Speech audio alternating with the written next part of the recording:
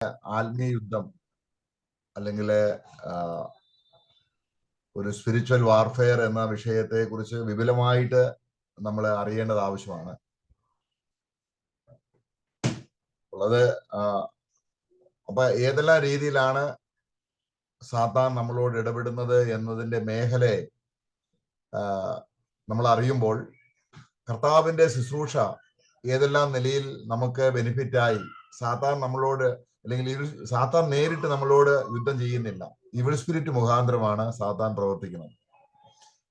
അപ്പം മനുഷ്യന്റെ പ്രകൃതി എന്ന് പറയുന്നത് പാപം ചെയ്യുന്നതിൽ മനുഷ്യനൊരു സന്തോഷമുണ്ട്. അപ്പൊ ആ സന്തോഷം വാസ്തവത്തിൽ അതിന്റെ ക്ലൈമാക്സ് സന്തോഷം അനുഭവിക്കുന്നത് ഈവിൾ സ്പിരിറ്റ് ആണ്. നമ്മൾ ചിന്തിക്കും ഒരു പാപം നമ്മളോട് ബന്ധപ്പെട്ട് മാത്രമേ പാപം ബെനിഫിറ്റ് ആകുന്നുള്ളൂ, അല്ലെങ്കിൽ നമ്മളിൽ മാത്രം അത് ഒതുങ്ങി നിൽക്കുന്നു എന്ന് നമ്മൾ ചിന്തിക്കുന്നുണ്ട്. എന്നാൽ സാത്താന്റെ രാജ്യം മുഴുവനും, അല്ലെങ്കിൽ സാത്താൻ ഒരു കിങ്ഡം ഉണ്ട്. സാത്താന രാജ്യത്തിൽ വളരെ ആഹ്ലാദവും സന്തോഷവും ഉണ്ടാക്കുന്ന ഒരു കാര്യമാണ് ഒരു വിശ്വാസി പാപത്തിൽ വീഴുക, അല്ലെങ്കിൽ ഈവിൾ സ്പിരിറ്റിന്റെ അടിമയായി തീരുക എന്നുള്ളത്. പലർക്കും ഒരു ധാരണയുണ്ട്, നമ്മൾ വിശ്വാസത്തിൽ വന്നതിന് ശേഷം പിന്നെ സാത്താന് നമ്മളോട് ഒരു ഇടപാടുമില്ല, സാത്താന് നമ്മളെ തൊടാൻ കഴിയത്തില്ല. അങ്ങനെയൊക്കെ ഉള്ള പ്രൊട്ടക്ഷൻ ക്രിസ്തുവിൽ ഉണ്ടെങ്കിലും നമ്മൾ അറിഞ്ഞോ അറിയാതെയോ ഈവിൾ സ്പിരിറ്റിന് വിധേയപ്പെട്ടു പോകുന്നു. അപ്പൊ നമ്മൾ ഇന്ന് പാടിയ പാട്ടില് ഞാനൊരു വാക്യം ശ്രദ്ധിച്ചു, നമ്മുടെ റെസ്റ്റ് അല്ലെങ്കിൽ നമ്മുടേതായിരിക്കുന്ന സ്വസ്ഥത എന്ന് പറയുന്നത് ദൈവത്തിലാണ്, ദൈവവചനത്തിലാണ്. ദൈവവചനത്തിന്റെ ആധികാരികതയിൽ വിശ്വസിക്കുമ്പോൾ ക്രൂശിലൂടെ നേടിയെടുത്ത കാര്യങ്ങളിൽ നമുക്ക് വളരെയധികം റെസ്റ്റ് ഉണ്ട്. ഇതുപോലെ അപ്പൊ ദൈവത്തിന് എപ്പോഴും ഒരു സമാധാനമുണ്ട്. ദൈവത്തിന്റെ സമാധാനം ദൈവത്തിൽ തന്നെയുള്ള പിതാപുത്ര പരിശുദ്ധാത്മാവിൽ ഉള്ള ഒരു സന്തോഷമാണ്. കാരണം മനുഷ്യനെ സൃഷ്ടിക്കുന്നതിന് മുൻപും എല്ലാ ക്രിയേഷന് മുമ്പും ദൈവം സ്വതവേ സ്വസ്ഥതയുള്ളവനാണ്. ഇപ്പം ചില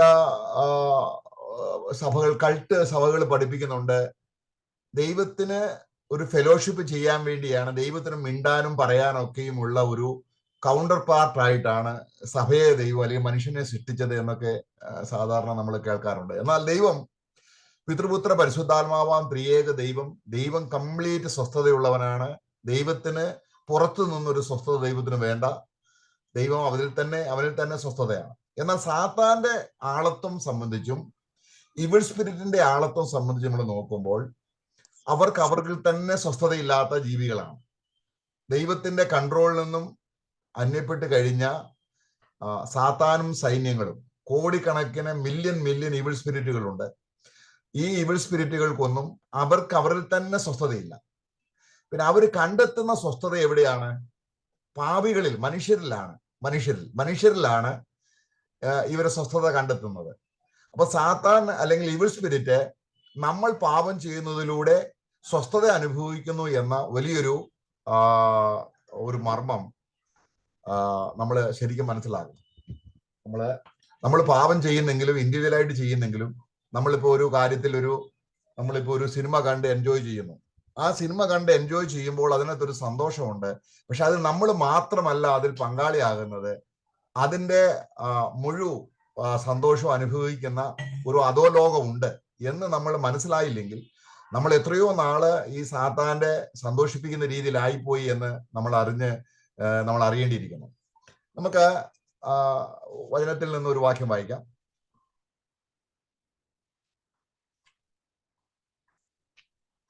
നമുക്ക് ആദ്യം തന്നെ ലൂക്കോസിന്റെ സുവിശേഷം വരുന്നതിന് മുമ്പ് നമുക്ക് മത്തായിയുടെ സുവിശേഷം അതിന്റെ 12-ാം അധ്യായത്തിൽ നമ്മളൊരു വാക്യം വായിക്കുന്നു. ഇവിടെ കർത്താവ് തന്റെ പരസ്യ ശുശ്രൂഷയിൽ പറഞ്ഞ ഒരു സത്യമാണ്. കർത്താവിന്റെ വചനങ്ങൾ മനസ്സിലാക്കണമെങ്കിൽ നമുക്ക് എപ്പോൾ നമ്മൾ വചനം വായിക്കുമ്പോഴും ഈ തിരുവചനം ട്വിസ്റ്റ് ചെയ്ത് തെറ്റിദ്ധരിപ്പിക്കാനുള്ള ഒരു ഇവിൾ ഫോഴ്സ് ഉണ്ട് അതാണ് ഏദൻ തോട്ടത്തിൽ തന്നെ ഉണ്ടായിരിക്കുന്നത്. കാരണം ദൈവം ഒരു വചനം പറയുമ്പോൾ ദൈവത്തിന്റെ വചനത്തെ തെറ്റിദ്ധരിപ്പിക്കുക എന്നുള്ളതാണ് കൗണ്ടറായിട്ട് ഇവിൾ സ്പിരിറ്റുകൾ ചെയ്യുന്നത്, സാത്താൻ ചെയ്യുന്നത്. ഏദൻ തോട്ടത്തിൽ വെച്ച് തുടങ്ങി മനുഷ്യജാതിയുടെ മുഴുവനും ചരിത്രത്തിൽ നമ്മൾ രക്ഷിക്കപ്പെട്ടാലും നമ്മൾ എത്രത്തോളം ആത്മീയമായിട്ട് ഉയർന്നാലും വചനത്തിൽ തെറ്റിദ്ധാരണ കൊണ്ടുവന്ന് ഇങ്ങനെയാണ് കൾട്ടുകൾ രൂപപ്പെടുന്നത്. ദൈവവചനത്തിൽ നിന്ന് വ്യത്യസ്തമായി ഓരോരുത്തർ ഓരോരോ കണ്ടുപിടുത്തങ്ങൾ ഉണ്ടാക്കി ഓരോരോ രീതിയിൽ വചനത്തിന് ഇന്റർപ്രിട്ടേഷൻ കൊടുക്കുന്നത് ഹോളി സ്പിരിറ്റിന്റെ സഹായമില്ലാതെ മനുഷ്യൻ സ്വന്തം ഇന്റർപ്രിറ്റ് ചെയ്യാൻ പോയാൽ ഈവിൾ സ്പിരിറ്റിന്റെ അറ്റാക്ക് ഉണ്ടാക്കും. ഈവിൾ സ്പിരിറ്റിന്റെ ഇതിലാണ് അത് എങ്ങനെയാണെന്നുള്ളത് പിന്നീട് നമുക്ക് സമയമുണ്ടെങ്കിൽ ചിന്തിക്കാം. എന്നാൽ ഇവിടെ നമ്മൾ വായിക്കാൻ ഉദ്ദേശിക്കുന്നത് ലൂക്കോസ് സുവിശേഷം അതിന്റെ 12-ാം അധ്യായം അതിന്റെ 43-ഉം 44-ഉം വാക്യങ്ങൾ വായിക്കുമ്പോൾ വളരെ ശ്രദ്ധയോടെ വായിച്ചാൽ നമുക്ക് ദൈവാത്മാവ് മനസ്സിലാക്കി തരുന്ന ഒരു കാര്യമുണ്ട്. അവിടെ ഒരു ദുരാത്മാവ് ഈ അൺക്ലീൻ സ്പിരിറ്റ് ഉദ്ദേശിക്കുന്ന സാത്താനെ ഉദ്ദേശിച്ചല്ല കേട്ടോ. ഈ അൺക്ലീൻ സ്പിരിറ്റ് എന്ന് ഉദ്ദേശിക്കുന്നത് നമുക്ക് അതിന്റെ അത് മരിച്ചുപോയ ആത്മാക്കളുമല്ല, വീണുപോയ ദൂതന്മാരുമല്ല. ഇത് ആദാമി സൃഷ്ടിക്ക് മുമ്പുണ്ടായിരുന്ന ജീവികളാണ്. അവരെ ന്യായവിധി നടത്തി ആ അൺക്ലീൻ സ്പിരിറ്റുകളെ കോടിക്കണക്കിന് ലോകത്തിലുണ്ട്. അവയൊന്നും ബന്ധിതരല്ല, അത് കംപ്ലീറ്റ് സ്വതന്ത്രമുള്ളവരാണ്. आज का वचन का मनन के लिए हम लोग लूका का मती का पुस्तक 12 अध्याय उसका 43 से हम लोग पढ़ेंगे. तो वास्तव में हम लोग जो आत्मिक युद्ध के विषय में जो हम लोग देख रहे थे उस विषय में है जहाँ पर शैतान किस रीति से कार्य करता है. तो मती का पुस्तक 12 अध्याय 43 वर्ष जब पढ़ते समय में वहां पर अनक्लीन स्पिरिट करके कहा है, जो अशुद्ध आत्मा के बारे में बोला है. ये अशुद्ध आत्मा जो बोलते समय में दुष्ट आत्माओं से अलग है. जो दुष्ट आत्मा का एक अवस्था है, मतलब ये मरे हुए लोगों का आत्मा नहीं है बल्कि एक अशुद्ध आत्मा है जो काम करता है. ഓക്കെ, അപ്പൊ നമ്മള് ഈ അശുദ്ധ ആത്മാക്കൾ എന്ന് ഉദ്ദേശിക്കുന്നത് അവിടെ വായിക്കുന്നുണ്ട് ഒരു മനുഷ്യനിൽ നിന്നും പുറത്തു പോയി എന്നാണ് വായിക്കുന്നത്. यहाँ पर हम पढ़ते हैं कि ये अशुद्ध आत्मा एक व्यक्ति से बाहर गया कर निकला करके हम पढ़ते हैं. അപ്പൊ നമ്മള് പലപ്പോഴും നമുക്കൊരു കോമൺ അണ്ടർസ്റ്റാൻഡിംഗ് എന്ന് പറഞ്ഞാൽ ഇവിൾ സ്പിരിറ്റ് നമ്മുടെ ശരീരത്തിൽ പൊസസ് ചെയ്യുന്നതിനെ കുറിച്ചാണ് നമ്മൾ പലപ്പോഴും ഭൂതബാധ ഉണ്ടായി അല്ലെങ്കിൽ അശുദ്ധാത്മാവ് നിറഞ്ഞൊരു മനുഷ്യൻ എന്നൊക്കെ നമ്മൾ ചിന്തിക്കുമ്പോൾ സാധാരണ ചിന്തിക്കുന്നത് നമ്മുടെ ശരീരത്തിൽ ബൗണ്ടഡ് ആയിരിക്കുന്ന ഒരു ഈവിൾ സ്പിരിറ്റിനെ കുറിച്ചാണ് നമ്മൾ ചിന്തിക്കുന്നത്. तो जब भी हम लोग अशुद्ध आत्मा या दुष्ट आत्माओं के बारे में हम पढ़ते समय में और एक व्यक्ति को के ऊपर था करके बोलते समय में नॉर्मली हम लोग सामान्य रीति से क्या सोचते हैं कि वो व्यक्ति के शरीर में कब्जा किया था, वो शरीर में व्यक्ति को पकड़ के रखा था, उसके साथ लिपटा हुआ था. ये सब बातें हम लोग नॉर्मली सोचते हैं. ഇവിടെ നമ്മുടെ ശരീരമല്ല ഇവിടുത്തെ വിഷയം. परंतु यहाँ पर विषय हमारा शरीर नहीं है, देह नहीं है. കാരണം ഈവിൾ സ്പിരിറ്റിനെ പൊസസ് ചെയ്യാൻ മനുഷ്യന്റെ ശരീരവും പൊസസ് ചെയ്യും. ചിലരിലെ ദേഹിയിലാണ് പൊസസ് ചെയ്യുന്നത്. ദേഹിയിൽ പൊസസ് ചെയ്താൽ അത് മനസ്സിലാക്കാൻ വളരെ ബുദ്ധിമുട്ടാണ്. तो इसके लिए परंतु जो दुष्टात्मा या अशुद्ध आत्मा कार्य करते समय में वो सिर्फ किसी व्यक्ति का शरीर में कब्जा करता है उतना ही नहीं, एक व्यक्ति का प्राण को भी वो कब्जा करता है. तो जब परंतु उस व्यक्ति का जब प्राण को कब्जा करते समय में वो व्यक्ति को समझना बहुत ही मुश्किल हो जाता है क्या क्या सचमुच वो दुष्टात्मा का कैद में है क्या नहीं, वो समझ नहीं पाता. നമുക്ക് പൊതുവെയുള്ള ഒരു ധാരണ എന്ന് ഉദ്ദേശിക്കുന്നത് മനുഷ്യ ശരീരത്തിലാണ് ഭൂതങ്ങളോ സാത്താനോ വസിക്കുന്നത് എന്നൊരു തെറ്റിദ്ധാരണയാണ്. स्वाभाविक रीति से हम लोग क्या समझ कर रखे हैं, दुष्ट आत्मा आया, इसके ऊपर भूत आया चढ़ा हुआ है, इसके ऊपर शैतान है, तो हम लोग हमेशा शरीर में कब्जा किया है करके हम सोचते हैं. ശരീരത്തിൽ ഭൂതങ്ങൾ വസിക്കാറുണ്ട്, പക്ഷെ വളരെ താണ രീതിയിലുള്ള വളരെ ശക്തി കുറഞ്ഞ വളരെ ബലഹീനമായ ഭൂതങ്ങളാണ് മനുഷ്യ ശരീരത്തിൽ വസിക്കുന്നത്. परंतु जब शरीर में अगर कोई कब्जा किया है करके बोलते समय में वो दुष्ट आत्मा का सेना का अगर रैंक देखा जाए तो सबसे लोअर रैंक ऑर्डर के दुष्ट आत्मा लोग रहते हैं, भूत रहते हैं जो शरीर में कब्जा करते हैं. ഇവിടെ നമുക്ക് വേണമെങ്കിൽ അനന്യാസും സഫീറയുടെയും കാര്യങ്ങൾ പറയുമ്പോൾ അവിടെ നമുക്ക് വളരെ വ്യക്തമായിട്ടും വചനം സൂചിപ്പിക്കുന്നുണ്ട്. അനന്യാസിന്റെയും സഫീറയുടെയും ശരീരത്തിലല്ല സാത്താൻ പ്രവേശിച്ചത് എന്ന് നമ്മൾ വ്യക്തമായിട്ട് വായിക്കുന്നു. हम लोग अनन्यास और सफेरा का विषय में अगर प्रेरितों का कार्य अगर पढ़ेंगे तो वहां पर स्पष्ट रीति से हम देखते हैं कि दुष्टात्मा ने जब कार्य करते समय में या शैतान ने कार्य किया तो वो उनका शरीर को कब्जा करके किया है करके नहीं, बल्कि उनका हृदय में है करके हम पढ़ते हैं. നമുക്ക് വായിക്കാം അപ്പോസ്തല പ്രവൃത്തി 5-3 വാക്യം. प्रेरितों का कार्य 5 का 3 जब पढ़ते समय में हम वहां पर हम देखते हैं. അവിടെ നമ്മൾ വായിക്കുന്നത് എങ്ങനെയാണ്? वहां पर हम किस रीति से हम देखते हैं, Satan filled thine heart, നിന്റെ ഹൃദയം കൈവശപ്പെടുത്തത് എന്തേ? കണ്ടില്ലേ? शैतान ने तेरा मन में यह बात क्यों डाली? അപ്പോൾ ഇത് വിശ്വാസിയാണ്. तो मतलब कहने का वहां पर अर्थ ऐसा आना चाहिए कि शैतान तेरा मन में क्यों कब्जा किया या भर गया, ऐसा आना चाहिए। तो ആ यहाँ पर समझना ये दोनों विश्वासी है, അപ്പോൾ ഒരു വിശ്വാസിയിൽ ഈവിൾ സ്പിരിറ്റുകൾക്ക് പ്രവേശിക്കാൻ കഴിയും. यानी कि क्या एक दुष्ट आत्माओं को, शैतान को विश्वासी के अंदर प्रवेश कर सकता है। അപ്പൊ അങ്ങനെ അതുകൊണ്ടാണ് നമ്മള് എഫേസ്യ ലേഖനത്തിൽ നമ്മളൊരു വാക്യം വായിക്കുന്നുണ്ട്. इसी के साथ साथ हम पढ़ेंगे एफेसों का पुस्तक में, എഫേസ്യ ലേഖനം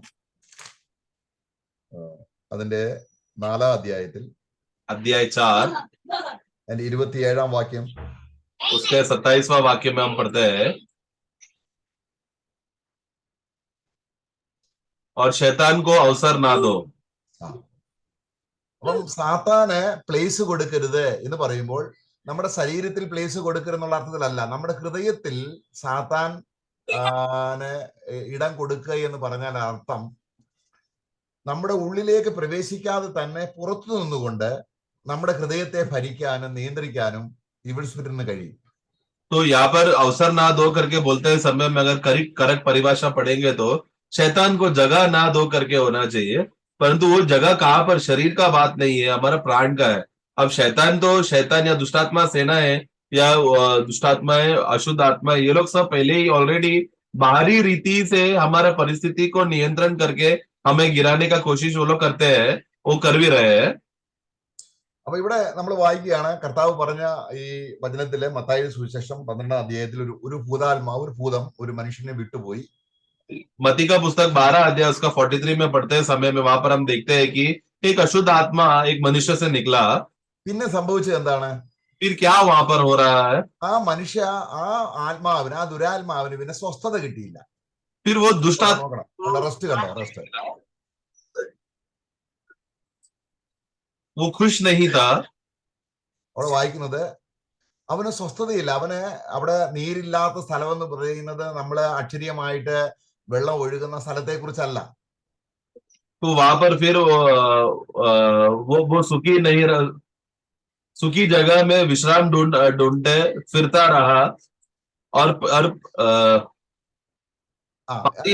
അവൻ എന്താണ് അന്വേഷിക്കുന്നത്? ആ ദുരാത്മാവ് एक विश्राम करने के लिए अच्छा जगह दुष्ट आत्मा को मिला नहीं।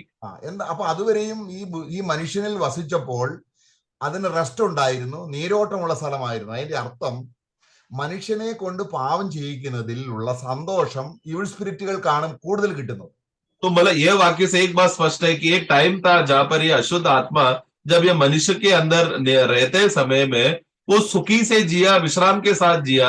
मतलब वो मनुष्य जो पाप करता था या जो भी बुरा काम करता था, गलत काम करता था, उस सब में वो दुष्ट आत्मा को खुशी मिलता था करके हम समझते हैं।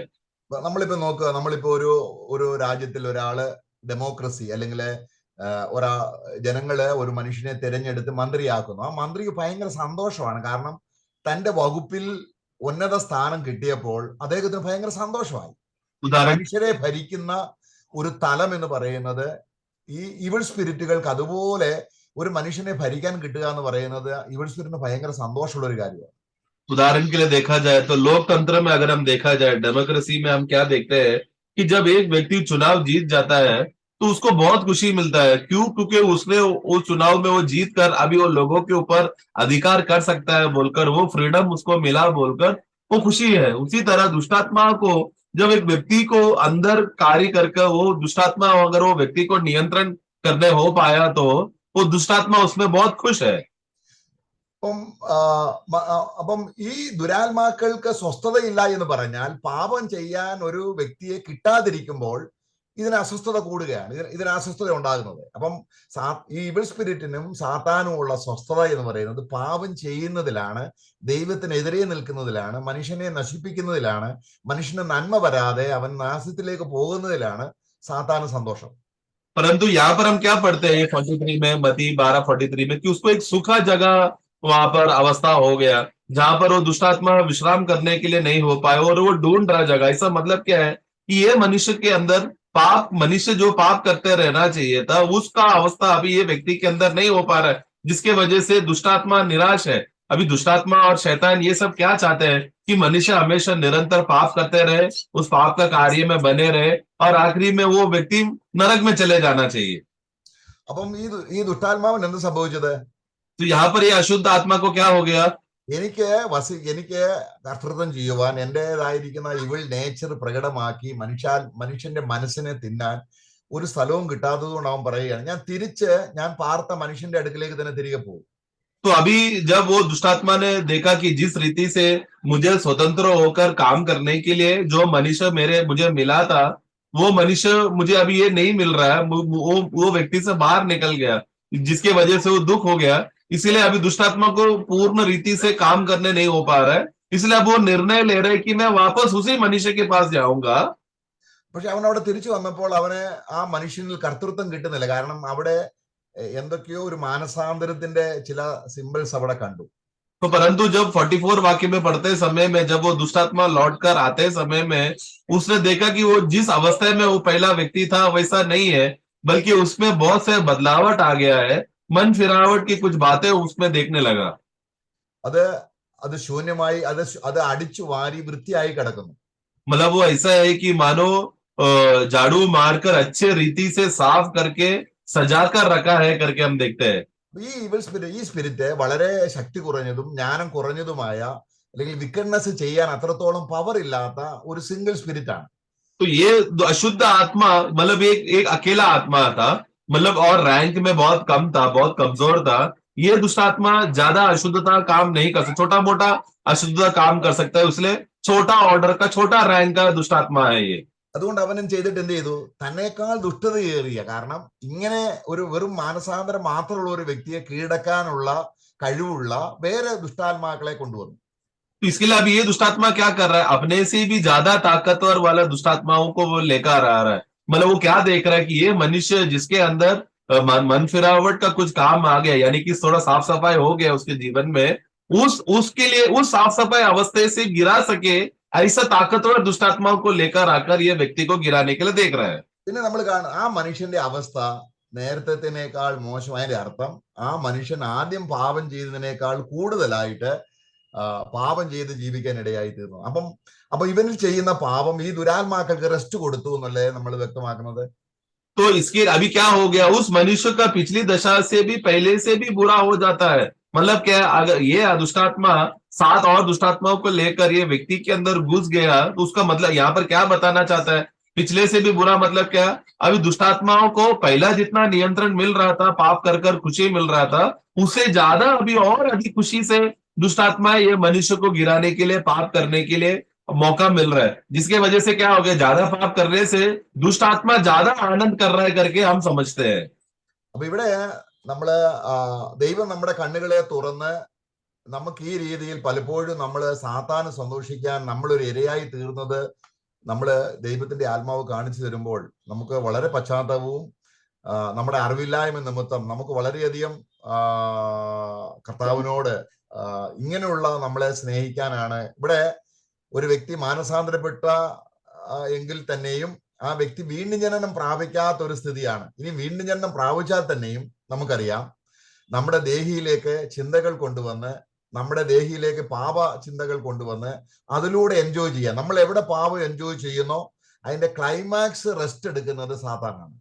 तो इसके लिए यहाँ पर अभी क्या हुआ? ये आदमी का अवस्था ऐसा होने पर भी हमारा प्रभु कितना दयालु है, ऐसे लोगों से वो प्रेम करता है और वो बचाना चाहता है कि हम लोग कोई भी नाश ना हो. परंतु यहाँ पर जो मनुष्य के बारे में जो 43 में हम पढ़ते हैं, ये मनुष्य वो व्यक्ति था जो अभी तक नया जन्म का अनुभव में नहीं आया, लेकिन पश्चाताप का अनुभव में आया है. परंतु अगर आगे चलकर उसने असली में पश्चाताप करके मन फिरावट में प्रवेश कर उद्धार हो जाने के बाद भी दुष्टात्मा क्या करता है? वो लोग बाहर रुककर अलग अलग प्रकार का विचारों, संकल्प वो विश्वासी के जीवन में लाकर उसको गिराने देखता है. तो जब एक विश्वासी इस तरह संसार का विचार, संसार का संकल्प, ये सब बातें जब विश्वासी के जीवन में आते समय में उस आने वाले बातों को अगर विश्वासी उस संकल्पों में खुश रहता है, जो जो विचार आया है उसमें खुश और आनंद और मजे ले रहा है, वो मनोरंजन की बातों में जो जो उसको विचार आते समय में, उसका परिणाम क्या है? अंत में वो विश्वासी जितना संसार का विचारों में आनंद किया, उसमें वही आनंद शैतान को भी उसमें मजा लेते रहता है. शैतान को उसमें खुशी मिलता है जब एक विश्वासी दुनिया की बातों में सोचते रहता है. तो അപ്പോൾ ഇതിനാണ് നമ്മൾക്ക് ഹോളി സ്പിരിറ്റ് നമ്മുടെ ഹൃദയത്തിൽ വസിക്കേണ്ടതിന്റെ ആവശ്യകത ഇവിടെ പ്രധാനമായും നമ്മൾ നമ്മുടെ ഉള്ളിൽ ദൈവത്തിന്റെ പരിശുദ്ധാത്മാവ് വസിച്ചു കഴിഞ്ഞാൽ പിന്നീട് ദുരാത്മാക്കൾക്ക് നമ്മുടെ ഹൃദയത്തിലേക്ക് പ്രവേശനമില്ല. इसके लिए हमें पवित्र आत्मा का नियंत्रण एक विश्वासी के अंदर होना कितना जरूरी है। जब एक विश्वासी के जीवन में पवित्र आत्मा पूर्ण नियंत्रण लेता है तो तब वो अशुद्ध आत्माओं को या दुष्ट आत्माओं को उसके हृदय में काम करने नहीं हो पाता।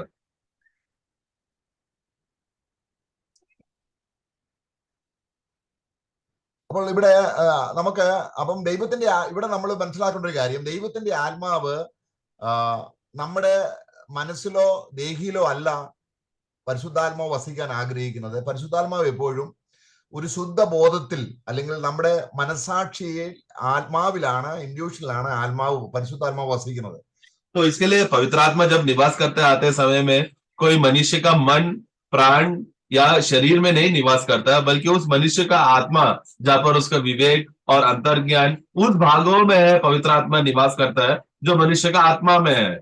അപ്പൊ മനുഷ്യന്റെ ആത്മാവ് നമ്മുടെ മനസ്സ് ദുർമനസാക്ഷി, നമ്മുടെ മനസ്സ് മലിനപ്പെട്ടു പോയാൽ നമ്മുടെ മനസാക്ഷി മലിനപ്പെടും.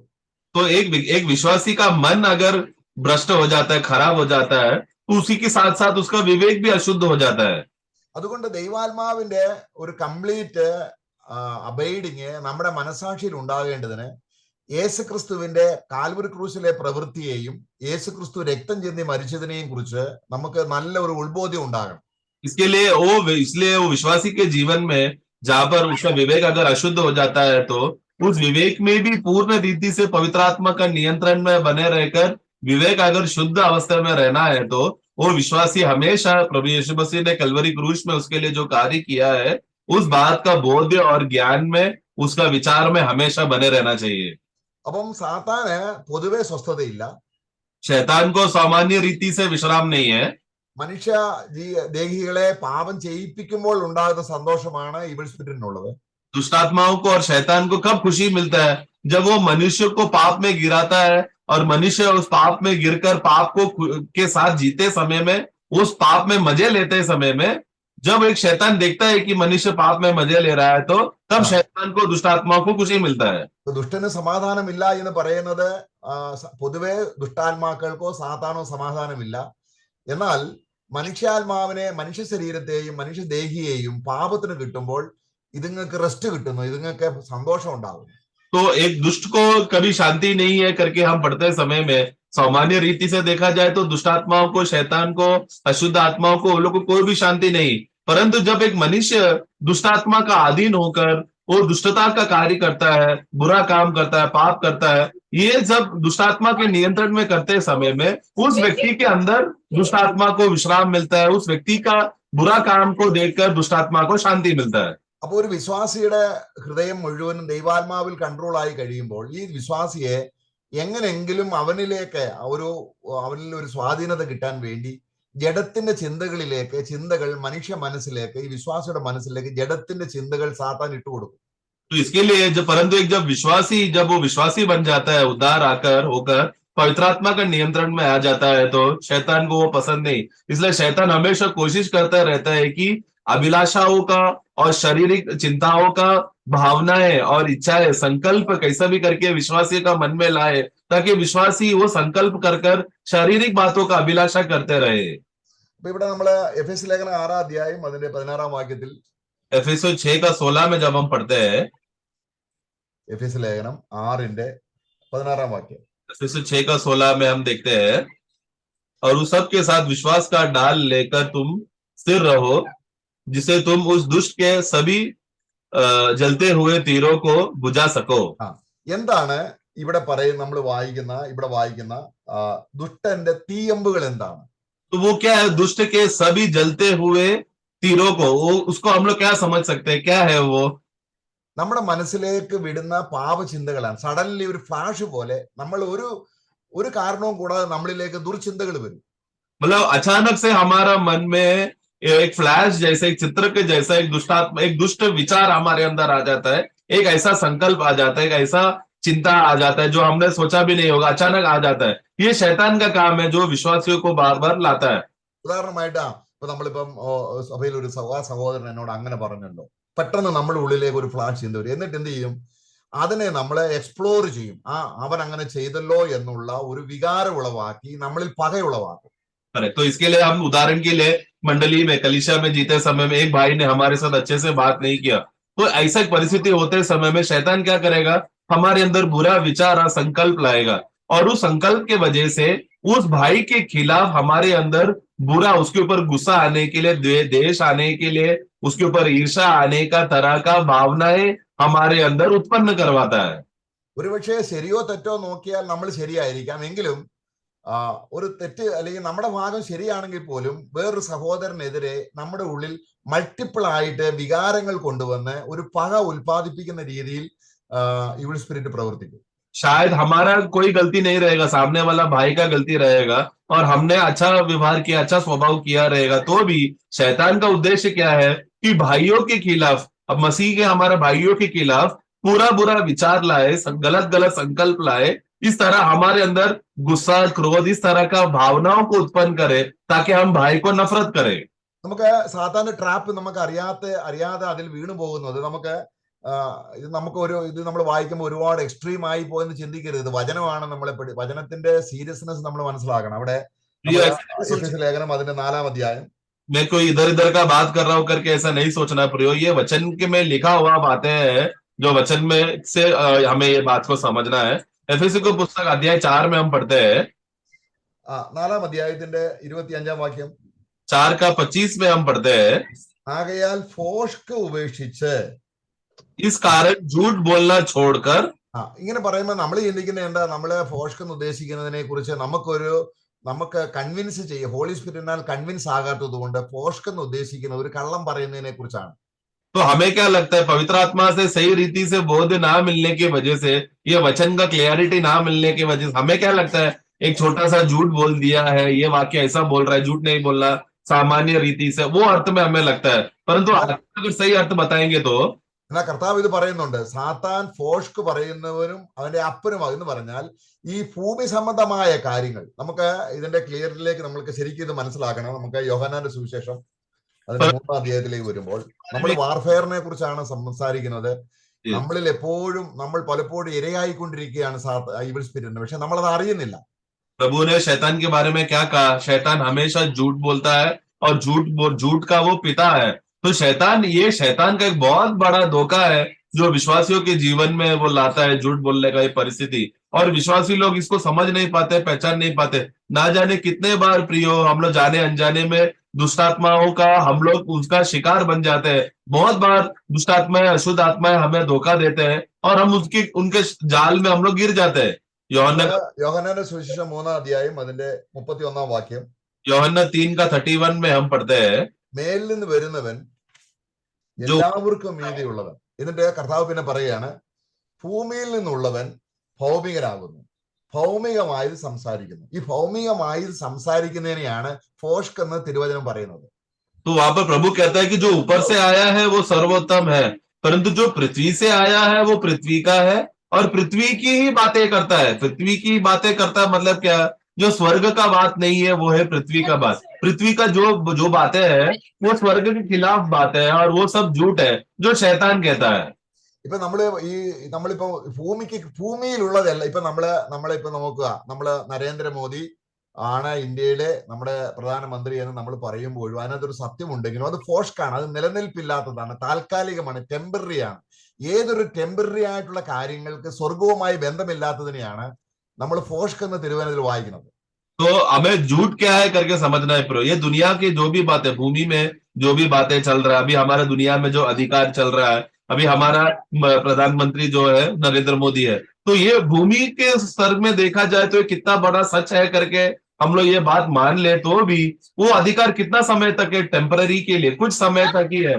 तो ये बात को स्वर्ग के बात के साथ तुलना करने जाएगा तो भूमि की बातें मतलब जो क्योंकि वो कुछ पल तक ही रहता है, सदा काल के लिए नहीं टिकता, इसलिए स्वर्ग के साथ तुलना करने जाए तो भूमि की बातें हमेशा झूठ ही रहता है. ये बात हमें समझना जरूरी है कि भूमि की बातें या पृथ्वी की बातें स्वर्गीय बातों से अलग है. അപ്പം സ്വർഗത്തിൽ നിന്ന് വരുന്നതാണ് സത്യം, परंतु जो स्वर्ग से आया है वही सत्य है.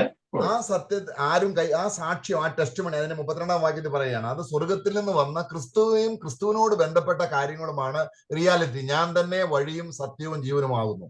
और प्रभु कहता है कि प्रभु ने जो 32 में जो गवाही दिया है कि वो स्वर्ग से देखा हुआ बात को देने के लिए, गवाही देने के लिए आया है, परंतु उस गवाही को सुनने के लिए, ग्रहण करने के लिए कोई नहीं। अभी प्रभु जो बातें बोला स्वर्ग की बातें हैं, और स्वर्ग ही सच्चा सत्य है। प्रभु जो स्वर्ग से आया वही मार्ग, सत्य और जीवन है। അപ്പോൾ അപ്പം ഭൂമിയിൽ നമ്മൾ ആയിരിക്കുമ്പോൾ भूमि में जब जीते समय में ഭൗമിക വിഷയങ്ങൾ നമ്മൾ സംസാരിച്ചെന്നിരിക്കും. कभी कभी हम लोग भूमि की बातें हम बोलते रहेंगे, പക്ഷെ അതിൽ സന്തോഷം കണ്ടെത്തുമ്പോഴാണ് നമ്മൾ സാത്താൻ ഇരയായിത്തീരുന്നത്. परंतु भूमि के बातें ही हमारा आनंद का बातें हो जाता है।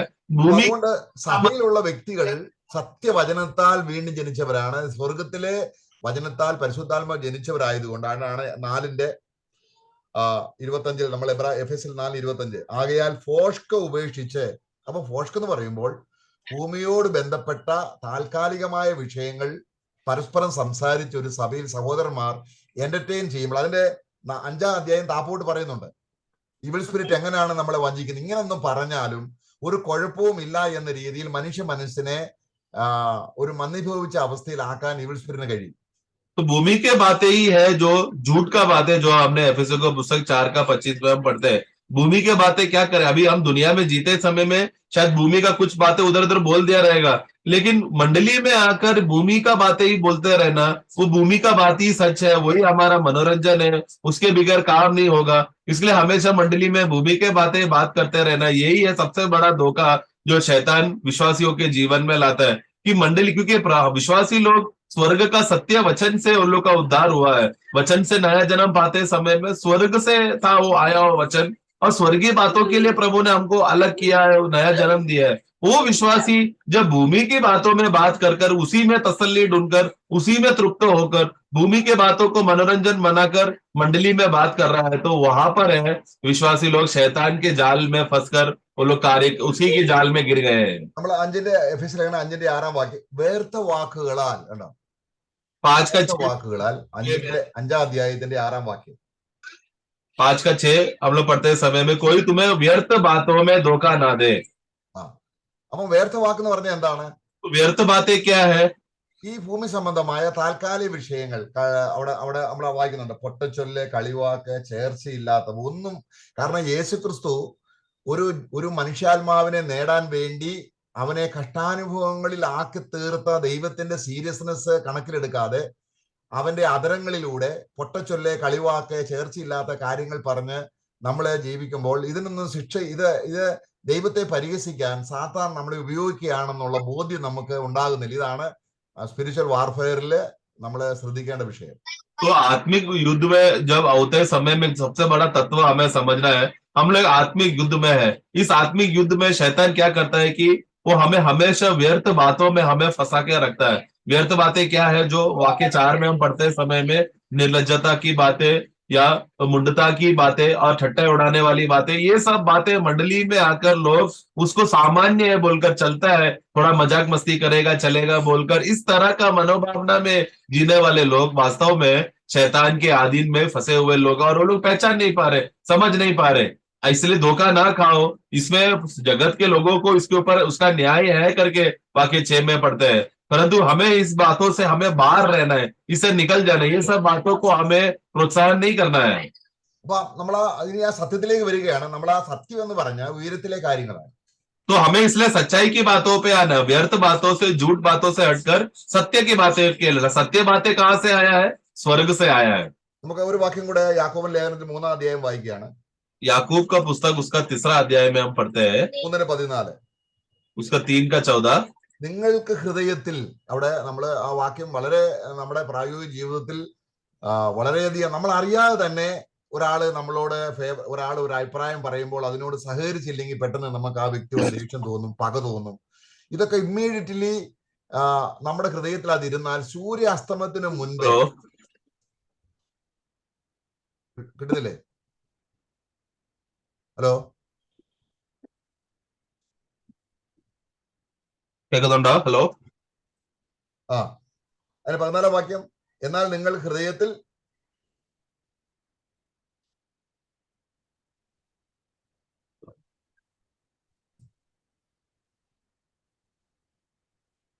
കേൾക്കുന്നുണ്ടോ? हेलो, കേൾക്കുന്നില്ലേ? Yes yes yes. 14 വാക്യം എങ്ങനെയാണ്? 12 वाक्य में हम पढ़ते हैं, അല്ല, യാക്കോബ് 3:14. याकूब 3 का 14 पढ़ना। എന്നാൽ നിങ്ങൾ ഹൃദയത്തിൽ കയ്പുള്ള ഈർഷ്യയും ശാഠ്യവും ഉണ്ടെങ്കിൽ സത്യത്തിന് വിരോധമായി പ്രശംസിക്കുകയും ഫോഷ്ക്ക് പറയുകയും വരുത്. കണ്ടോ? ഇവിടെ पढ़ना ഫോഷ്ക്ക് എന്ന് ഉദ്ദേശിക്കുന്നത് എന്താണ്? സത്യത്തിന് വിരുദ്ധമായിരിക്കുന്ന എല്ലാം ഫോഷ്ക്കാണ്. पढ़ना 14।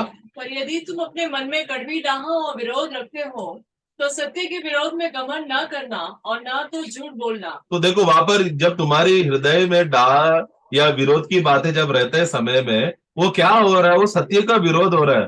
इसे विरोध होते समय में झूठ का सहारा हमें नहीं लेना है। അപ്പൊ ഒരു സഹോദരൻ നമ്മൾക്കെതിരെ അല്ലെങ്കിൽ നമ്മുടെ ഉള്ളിൽ മിസ്അണ്ടർസ്റ്റാൻഡിങ് കൊണ്ടുവന്ന് സഹോദരന്മാർക്കെതിരെ നമ്മുടെ ഉള്ളിൽ ഒരു വൈരാഗ്യം കൊണ്ടുവരിക, ഈർഷ്യ കൊണ്ടുവരിക, ഒരു അല്ലെങ്കിൽ രസമില്ലായ്മ കൊണ്ടുവരിക, ഇതൊക്കെ ചെയ്യാൻ പെട്ടെന്ന് നമ്മളിൽ ഇവിൾ സ്പിരിറ്റ് സഹായിക്കും. കാരണം നമ്മുടെ വാക്കുകളെ ടെസ്റ്റ് ചെയ്ത് തെറ്റായി ധരിപ്പിക്കാൻ ഇവിൾ സ്പിരിറ്റിന് കഴിയും. നമ്മളെ അങ്ങനെ തോന്നിപ്പിക്കും. तो शैतान और दुष्टात्माएं हमेशा भाइयों के खिलाफ एक छोटा सा मिसअंडरस्टैंडिंग, गलत फहमियां हमेशा हमारे अंदर लाने देखेगा, और उस गलत फहमी हमारे अंदर आकर हम वो भाइयों के खिलाफ बुरा बातें सोचने का अवस्था हम लोगों का मन में उत्पन्न कराता है। यह है शैतान का काम। അതിന് 15-ാം വാക്യം, ഇത് ഉയരത്തിൽ നിന്ന് വരുന്ന ജ്ഞാനമല്ല. അപ്പം ഭൂമിയിലുള്ള ജ്ഞാനത്തിലൂടെ കാര്യങ്ങൾ ഗ്രഹിക്കുമ്പോൾ, ഭൂമിയിലുള്ള വിഷയങ്ങളിലൂടെ കാര്യങ്ങൾ ഗ്രഹിക്കുമ്പോൾ നമ്മൾ ഇവിൾ സ്പിരിറ്റിന്റെ തന്ത്രത്തിൽ നമ്മൾ കുടുങ്ങി പോവുക. കാരണം ഇത് ഇവിൾ സ്പിരിറ്റിന് സ്വർഗത്തിലെ ജ്ഞാനമില്ല. तो ये 15 में पढ़ते समय में ये ज्ञान कहाँ से, ऊपर से नहीं है। ये ज्ञान कहाँ पर है? ये भूमि का है। तो भूमि का बातें है। शैतान क्या करेगा? दुष्टात्मा है क्या करेगा? या अशुद्ध आत्मा है, हमेशा भूमि के बातों का विषय को लेकर लाकर भाइयों के बीच में तनाव, ईर्षा, द्वेष, इस तरह का बातें लाएगा। अभी दुष्टात्माओं में, शैतान में स्वर्गीय बात का कोई भी तत्व उनमें नहीं है। वो लोग सब भूमि के संबंध की बातों में ही वो लोग बने हुए हैं। അപ്പോൾ ഈ ഭൂമിയും ഇതിനോട് ചേർന്ന സ്ഥലങ്ങളെല്ലാം സാത്താന്റെ അധീനതയിലാണ്. तो इसके लिए भूमि और भूमि का संबंध का जो संसार जो जब बातें हैं, वो सब शैतान का अधीन की अधिकार में है। നമ്മളത് ഇത് ഉയരത്തിൽ നിന്ന് വരുന്ന ജ്ഞാനമല്ല, ഭൗമികമാണ്, പ്രാകൃതമാണ്, പൈശാചികമാണ്. तो इसके लिए ये जो है, जो ऊपर से ज्ञान नहीं बल्कि संसारी है, शारीरिक है और शैतानी है। അപ്പോൾ ആദ്യം തന്നെ നമ്മളെ എർത്തിലി ആയിട്ടുള്ള കാര്യങ്ങളിലേക്ക് നമ്മുടെ മനസ്സിനെ ബന്ധിപ്പിക്കാൻ കഴിഞ്ഞാൽ അതാണ് ജഡത്തിന്റെ ചിന്ത മരണം എന്ന് പറയുന്നത്. इसके लिए अगर शैतान ने हमारा मन को संसारी बना दिया, या भूमि का, पृथ्वी की बातों का मन बना दिया, संसार का बातों का मन बना लिया, तो वहां पर शैतान कार्य करने शुरू कर दिया है। क्योंकि शैतान जो है हमारे शारीरिक अभिलाषा के विषय में हमेशा ज्यादा कार्य करता है। शरीर में मन लगाना मृत्यु है। അപ്പോൾ നമ്മളിപ്പോ ഈ ഭൂമി ജീവിക്കുമ്പോൾ ഈ ഭൂമി മുഴുവനും സർവ്വലോകവും, ഈ ഭൂമി അതിന്റെ ഇത് മുഴുവനും സാത്താനും സാത്താന്റെ ദൂതന്മാർക്കും കീഴ്പ്പെട്ട് കിടക്കുകയാണ്. अभी शैतान जो ये पृथ्वी, दुष्टात्माएं, सेनाएं और शैतान, ये सब ये पृथ्वी पर, भूमि पर वो लोग राज्य कर रहे हैं। वो सब, ये पृथ्वी पूरा, संसार पूरा शैतान के अधीन में है। അപ്പൊ നമുക്ക് കിട്ടുന്ന വിശ്രമം എന്ന് പറയുന്നത് നമ്മളിപ്പോൾ ദൈവത്തിന്റെ വിശ്രമത്തിലേക്ക് നമ്മൾ പങ്കാളികളായി തീരുന്നതാണ് നമ്മുടെ വിശ്രമം എന്ന് പറയുന്നത്. സാത്താൻ എന്ന് പറയുന്നത് അങ്ങനല്ല. നമ്മളെ കൊണ്ട് പാപം ചെയ്യിക്കുമ്പോഴാണ് സാത്താന് വിശ്രമം കിട്ടുന്നത്. विश्वासी का सच्चा आनंद, विश्राम और शांति किस बात पर है? स्वर्गीय बात पर, जहां पर प्रभु है। हम प्रभु पर मन लगाना ही विश्वासियों का सच्चा विश्राम और आनंद और शांति है। लेकिन शैतान का तत्व क्या है? विश्वासी लोग जब भूमि के बातें, मनुष्य भूमि के बातें, संसार के बारे में सोचेंगे, संसार के बातों में आनंद उठाकर जिएगा, तो शैतान को खुशी मिलता है, शैतान को आनंद और विश्राम मिलता है। അപ്പോൾ കുറെ ജനങ്ങളെ അടക്കി ഭരിക്കുന്നത് കൊണ്ട് സാത്താന് ഭയങ്കര സന്തോഷമാണ്. कुछ लोगों को कब्जा कर कर उनके ऊपर हुकूमत करना शैतान को पसंद है। ഭരണം കിട്ടാത്തപ്പോൾ ദുഃഖമാണ്. जब शैतान को कुछ लोग उनका अधीन में नहीं रहता है, तो शैतान दुखी हो जाता है। ദൈവം അങ്ങനല്ല. तो प्रभु ऐसा नहीं है। ദൈവം നമ്മളെ ഭരിക്കുന്നത് നമ്മൾ നശിച്ചു പോകാതിരിക്കാൻ വേണ്ടിയാണ്. प्रभु हमारे ऊपर क्यों प्रभुत्व कर रहा है? ताकि हम लोग नाश ना हो जाए। അവന് ഇല്ലാത്തൊരു സന്തോഷം ഉണ്ടാകാൻ വേണ്ടി നമ്മളെ ഭരിക്കുകയല്ല. प्रभु ऐसा नहीं है कि प्रभु के पास पहला कोई खुशी नहीं था, शांति नहीं था, हमारे ऊपर राज्य करेगा तो ही उनको खुशी शांति मिलेगा, ऐसा नहीं है। प्रभु पहले से ही शांति से भरा हुआ है। അപ്പൊ മനുഷ്യനെ നശിപ്പിക്കുകയും അവനെ അസ്വസ്ഥനാക്കുകയും അവനെ ഭാരപ്പെടുത്തുകയും അവനെ നശിപ്പിക്കുകയും ചെയ്യാനാണ് കള്ളൻ വരുന്നത്, എന്നാൽ ഞാൻ വന്നത് ജീവനുളവാകുവാൻ, സമൃദ്ധമായ ജീവൻ. അപ്പൊ യേശുക്രിസ്തുവിന് ഉള്ള വിശ്രമമാണ് നമുക്ക് തരുന്നത്, അല്ലാതെ നമ്മളെ ഭരിക്കുമ്പോൾ യേശുവിന് ഒരു വിശ്രമം കിട്ടുകയല്ല. तो शैतान क्यों आ रहा है? वो नाश करने के लिए, वो सब बातों को तहस नहस करने के लिए, मनों में अशांति लाने के लिए, दुख लाने के लिए, इसलिए शैतान आ रहा है, ताकि हम लोग सदा दुख में जिए। उस दुख में जब हम जीते हैं तो शैतान को खुशी मिलता है। परमेश्वर वैसा नहीं है। प्रभु हमारे ऊपर हुकूमत करने के बाद उनको सुख शांति मिलता है, वैसा नहीं है। प्रभु को पहले से ही सुख शांति का अनुभव में है, उस अनुभव में वो हमें लेकर आ रहा है। ക്രിസ്തുവിന് ഉള്ളതിൽ നമ്മൾ പങ്കാളി, അവന്റെ വിശ്രമത്തിലേക്ക്, അവന്റെ സൽസ്വഭാവങ്ങളിലേക്ക് നമ്മൾ പങ്കാളിയായി തീരുകയാണ്. बल्कि मसीह एक व्यक्ति में प्रभुत्व करते समय में मसीह का शांति, मसीह का प्रेम, सब हमें मसीह में खुशी में सहभागी बनाता है। ये है प्रभु का काम। അപ്പോൾ ഇനിയും സാത്താനെ ബന്ധിച്ച്, അല്ലെങ്കിൽ നമ്മൾ 1000 വർഷം സാത്താനെ നമ്മൾ 1000 വർഷം രാജ്യം ഭരിച്ചു കഴിഞ്ഞ് സാത്താനെ വിടുമ്പോൾ സാത്താൻ എന്ത് ചെയ്യും? മനുഷ്യരെ വഞ്ചിക്കുന്നതിലാണ് സാത്താന് സന്തോഷം. അവൻ ഭൂലോകം മുഴുവൻ ഓടി നടന്ന് മനുഷ്യനെ വഞ്ചിക്കും. अभी शैतान को जब 1000 साल बंदी बनाने के बाद हम देखते हैं कि 1000 साल के बाद उसको छोड़ेगा। छोड़ने के बाद वो क्या करेगा? उस समय के 1000 साल के बाद भूमि में, पृथ्वी में जितने भी लोग थे, वो सबको वो धोखा देकर परमेश्वर के खिलाफ करेगा। उसमें शैतान को खुशी है। लोगों को मूर्ख बनाना, लोगों को धोखा देना, प्रभु के खिलाफ करना, शैतान को खुशी उस बात पर है। അപ്പോൾ നമ്മൾ അറിയാതെ തന്നെ സാത്താന്റെ ഇര, അല്ലെങ്കിൽ ഈവിൾ സ്പിരിറ്റിന്റെ ഇരയായി പോകുന്നത്, അത് അതിന്റെ ബെനിഫിറ്റ് എടുക്കുന്നത് സാത്താനാണ്. നമ്മളിൽ അതിന്റെ തിക്തഫലങ്ങൾ ഉണ്ടാകും. അപ്പോൾ അതുകൊണ്ട് നാം എപ്പോഴും മനസാക്ഷിയിൽ ശുദ്ധിയുള്ളവരാകണം എന്ന് പറഞ്ഞാൽ, യേശു ക്രിസ്തു കാൽവരി ക്രൂസിൽ ചൊരിഞ്ഞ രക്തം എന്റെ മനസാക്ഷി, അതാണ് നമ്മൾ റോമലേഖനം, എബ്രായ ലേഖനം 9:14 വാക്യത്തിൽ വളരെ അനുഗ്രഹിക്കപ്പെട്ട ഒരു വാക്യമാണ്. വളരെ അടിസ്ഥാനപരമായി അറിയേണ്ട ഒരു കാര്യമാണ്. എങ്ങനെയാണ് നമുക്ക് സ്വസ്ഥത മനസാക്ഷി കിട്ടുന്നത്? ക്രിസ്തുവിന്റെ ക്രൂശ് മരണത്തിലൂടെ നാം വിശ്വസിക്കുമ്പോൾ ദൈവത്തിന്റെ സ്വസ്ഥത നമ്മുടെ മനസാക്ഷി വന്ന് വാസം ചെയ്യുകയാണ്. അതാണ് നമ്മൾ മനസ്സിലാക്കുന്നത്. इसलिए शैतान हमेशा यही चाहता है कि हम लोग हमेशा अशांति और दुख में रहे। ऐसा दुख में और अशांति में रहते समय में उसका लाभ शैतान को मिलता है। शैतान हमेशा लोगों को दुखी और निराश करता है ताकि वो खुश रह सके, वो आनंदित रह सके। ये है शैतान का तत्व। लेकिन प्रभु हमेशा दुख से और बोझ में दबे हुए लोगों को विश्राम देकर प्रभु का विश्राम उनके अंदर भरता है। इब्रानियों 9:14 में पढ़ते समय में प्रभु यीशु मसीह का शांति हमारे हृदय में आता है। वो प्रभु का शांति है, जिससे वजह से हमारे विवेक शुद्ध होकर प्रभु का कार्य करने के लिए हमें उत्साह मिलता है। तो प्रभु है जो प्रभु का शांति से हमें भरता है। അപ്പൊ കർത്താവ് നമ്മളെ കംപ്ലീറ്റ് നമ്മളെ ഭരിക്കുമ്പോൾ, जब हमारे अंदर प्रभुत्व करेगा, അതാണ് എന്റെ മുഖം ഏറ്റുകൊണ്ട് എന്നോട് പഠിപ്പീൻ, मेरा जुआ उठाओ और मुझसे सीखो। അപ്പൊ നമ്മുടെ എല്ലാ കാര്യങ്ങളിലും നമുക്ക് മനസ്സിന് സ്വസ്ഥതയോടുകൂടെ ജീവിക്കാൻ പറ്റിയ ഒരു മണ്ഡലം ദൈവത്തിന്റെ ആത്മാവ് നമ്മളിൽ ക്രിയേറ്റ് ചെയ്യുന്നുണ്ട്. इसके लिए प्रभु आत्मा हमेशा प्रभु की उपस्थिति में बने रहकर प्रभु का स्तर में रहना, प्रभु की बातों में सोचने का, इस तरह का परिस्थिति, एक स्तर प्रभु हमारे अंदर उत्पन्न करता है। അപ്പൊ നമുക്ക് ദൈവത്തിന് നമ്മളോടുള്ള കരുതൽ എത്ര വലുതാണ്. इसलिए प्रभु हमारे विषय में जो सोचता है और हमारे लिए संभालता है, वो कितना बड़ा है। അപ്പം സ്വർഗീയ കാര്യങ്ങളിലേക്ക് മനസ്സുയർത്തി സ്വർഗീയ കാര്യങ്ങൾ ചിന്തിക്കുമ്പോൾ ഈ ഭൂമിയിൽ സ്വസ്ഥതയോടെ ജീവിക്കാനുള്ള ഒരു വഴി തുറക്കപ്പെടുന്നു. तो स्वर्गीय बातों में मन लगाकर स्वर्ग में हमारे लिए क्या क्या है, ये बात सोचते समय में, ये भूमि में रहते समय में स्वर्ग का शांति से हम लोग भर जाते हैं। നമ്മള് ഒരു തരത്തിലെങ്കിൽ മറ്റൊരു തരത്തിൽ ഈ രീതിയിലുള്ള ഇവിൾ സ്പിരിറ്റിന്റെ ക്യാൻവാസിംഗിൽ അറിയാതെ നമ്മൾ ആയി പോകുന്നുണ്ട്. നമ്മുടെ അജ്ഞത നിമിത്തം സാത്താൻ മുതലെടുക്കും. बहुत बार जाने अनजाने में दुष्ट आत्माएं हमारे अंदर कार्य कर हम लोग संसार का और भूमि के बातों का में मन होकर दुखी और निराशा में चले जाता है। ये शैतान हमारे अंदर कार्य कर रहा है। बहुत बार जाने अनजाने में दुष्ट आत्माएं हमारे अंदर फायदा उठाता है। നമുക്ക് എപ്പോഴും കർത്താവിലേക്ക് അടുത്തു വന്ന് മനസ്സ് ശുദ്ധമാക്കുവാൻ, അല്ലെങ്കിൽ നമ്മുടെ മനസ്സാക്ഷി എപ്പോഴും ഒരു ക്ലിയർ നല്ല മനസ്സാക്ഷിയാക്കി തീർക്കാൻ ആണ് ദൈവത്തിന്റെ ആത്മാവ്, പരിശുദ്ധാത്മാവ് പൗലോസിലൂടെ തീമോഥെയോസിന് പറയുകയാണ്, ആദ്യം നമുക്ക് വേണ്ടത് ശുദ്ധ മനസ്സാക്ഷിയാണ്. इसके लिए प्रभु ने, पवित्र आत्मा ने पौलोस से बात करते समय में, जिसके द्वारा पौलोस तिमोथी को खत लिखकर ये कहता है कि पवित्र आत्मा का सबसे बड़ा कार्य यही है कि हमारा मन शुद्ध हो जाए। उस मन के शुद्ध से हमारा विवेक भी शुद्ध रहेगा और हमेशा विवेक जो शुद्ध और पवित्र अवस्था में रहकर हम बने रह सकते हैं, उसी में बने रहना चाहिए, ये प्रभु चाहता है। അപ്പൊ നമ്മളിപ്പോൾ നേരത്തെ നമ്മൾ ഇതിൽ വായിച്ചതുപോലെ നമ്മുടെ മനസ്സ് സാത്താന് വിശ്രമം ഒരുക്കുന്ന, സാത്താൻ സന്തോഷിക്കുമ്പോൾ നമ്മൾക്ക് ദുഃഖമാണ്. കാരണം മനസ്സിൽ അതാണ് കർത്താവ്, നിങ്ങൾ ഒന്നിനെ കുറിച്ചും വിചാരപ്പെടരുത്. വിചാരപ്പെടുമ്പോൾ എന്ത് സംഭവിക്കുന്നു?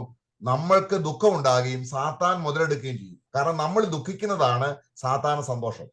तो शैतान का आनंद किस बात पर है? जब वो मनुष्य दुखी है करके देखता है। शैतान जब एक मनुष्य को दुखी कर देता है तो वो उस दुख में शैतान आनंद उठाता है। ये है शैतान का सबसे बड़ा तत्व कार्य जो मनुष्य के अंदर वो लाने देखता है।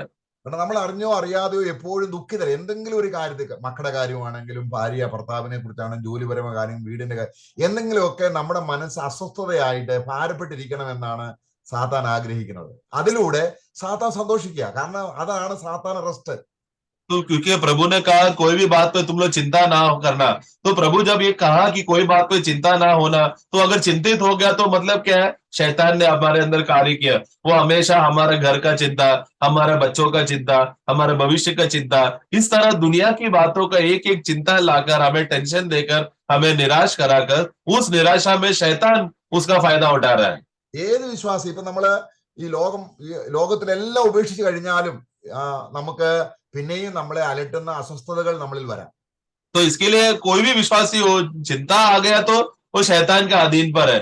भले ही एक विश्वासी ने दुनिया का सारा बातें छोड़कर वनवास भी कर लिया हो, उस वनवास में भी अगर उसके जीवन में कुछ भी बुरा चिंता आया, उस चिंता में उसने मन रख दिया तो वो शैतान कर रहा है। സാധു സുന്ദര സിംഗ് വളരെയധികം അല്ലെങ്കിൽ അദ്ദേഹം എല്ലാം ഉപേക്ഷിച്ച് ഒരു സന്യാസിയായി ജീവിച്ച വ്യക്തിയാണ്. അദ്ദേഹത്തിനും കൂടെ മനസ്സിൽ ഭയങ്കര ക്ലേശങ്ങൾ ഉണ്ടാകാറുണ്ട്. അപ്പൊ അദ്ദേഹം പറയുന്നുണ്ട്, എപ്പോഴെങ്കിലും എന്റെ മനസ്സ് ഹെവിനെസ് തോന്നുമ്പോൾ അല്ലെങ്കിൽ അസമാധാനം തോന്നിയാൽ ആ നിമിഷം ഞാൻ മുട്ടുമടക്കി സ്വർഗത്തിലേക്ക് നോക്കും. പിതാവിന് വലതുഭാഗത്തിരിക്കുന്ന ക്രിസ്തുവുമായിട്ട് ഞാൻ മനസ്സിൽ ബന്ധപ്പെടുമ്പോൾ എന്റെ ഭാരം നീങ്ങി ഞാൻ സന്തോഷവാനായി തീരും. ഞാൻ ദുഃഖിതനായി മുട്ടുമടക്കുന്നു, സന്തോഷവാനായി ഞാൻ മുട്ടിൽ നിന്ന് എഴുന്നേൽക്കുന്നു എന്നാണ് അദ്ദേഹം പറയുന്നത്. साधु सुंदर सिंह, जो हम जानते हैं कि उन्होंने प्रभु के लिए प्रभु का कार्य जब उसके जीवन में हो गया, उसने सब कुछ छोड़कर एक साधु बनकर वनवास में वो जीता था। परंतु वहां पर भी शैतान उसको अलग अलग विचार का और संकल्प लाकर उसको निराश करने देखता था। साधु सुंदर सिंह इस विषय में कहता है कि जब भी मेरे हृदय में कोई भी प्रकार का दबाव या तनाव आ जाए जो शैतान से समझ में आता है, तो तुरंत वो घुटने में आकर प्रभु की उपस्थिति में अपने आप को समर्पण करके परमेश्वर के दाहिनी ओर बैठा हुआ प्रभु यीशु मसीह की ओर वो मन लगाता है। तो जब भी दुखी हो जाता है तो तुरंत वो घुटने में आ जाता है।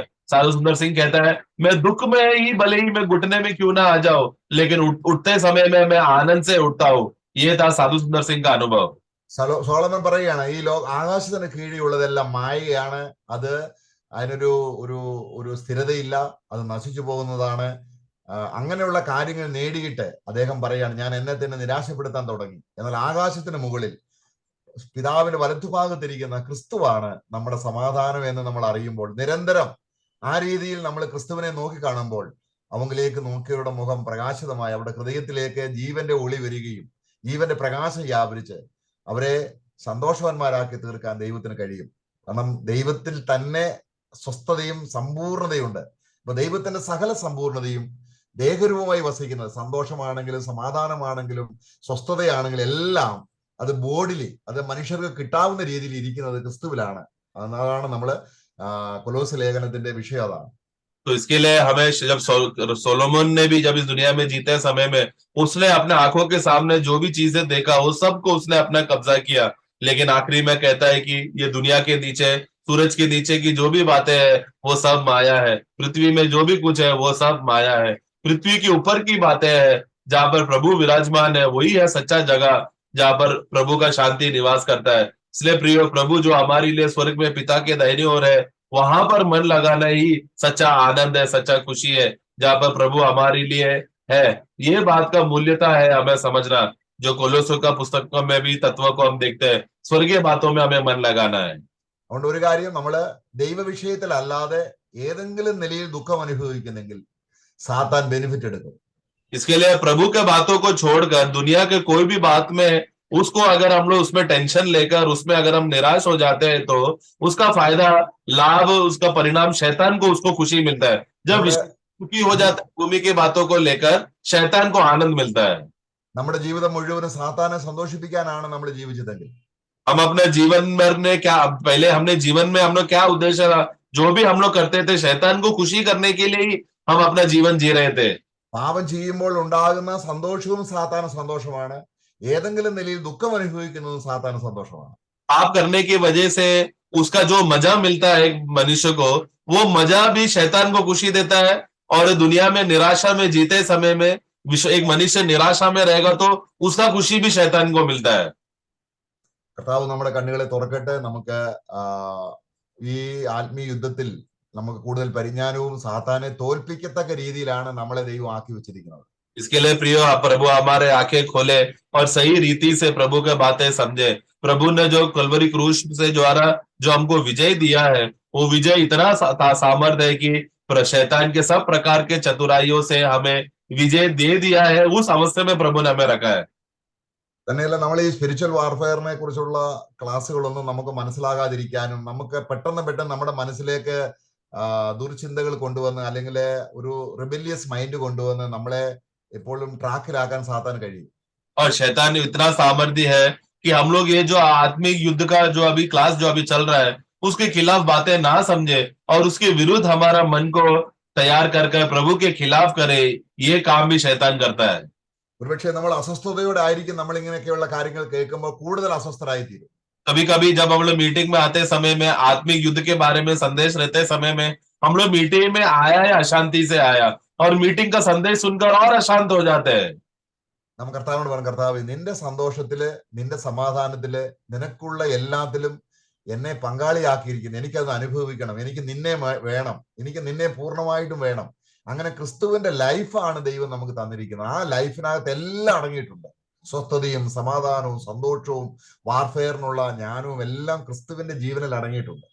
इसलिए प्रियो हमें प्रभु की उपस्थिति में समर्पण करना है और उस प्रभु की उपस्थिति में हम आके गिरकर हमें प्रभु आप हमारे आंखें खोलने के लिए प्रभु हमें प्रभु की उपस्थिति में समर्पण करना है। क्योंकि हमें इस दुनिया में निराशा में जीते समय में आशा से भरकर, अशांति से हटकर शांति में भरकर, हम लोग हारे हुए पल से हटाकर हमें विजय करने के लिए जो भी सुविधा है वो सब प्रभु यीशु मसीह में प्रभु ने हमको दिया है। കർത്താവ് നമ്മെ സഹായിക്കട്ടെ. നമുക്ക് പ്രാർത്ഥിക്കാം. प्रभु हम सबको सहायता करे। प्रभु का महिमा हो। Praise Lord.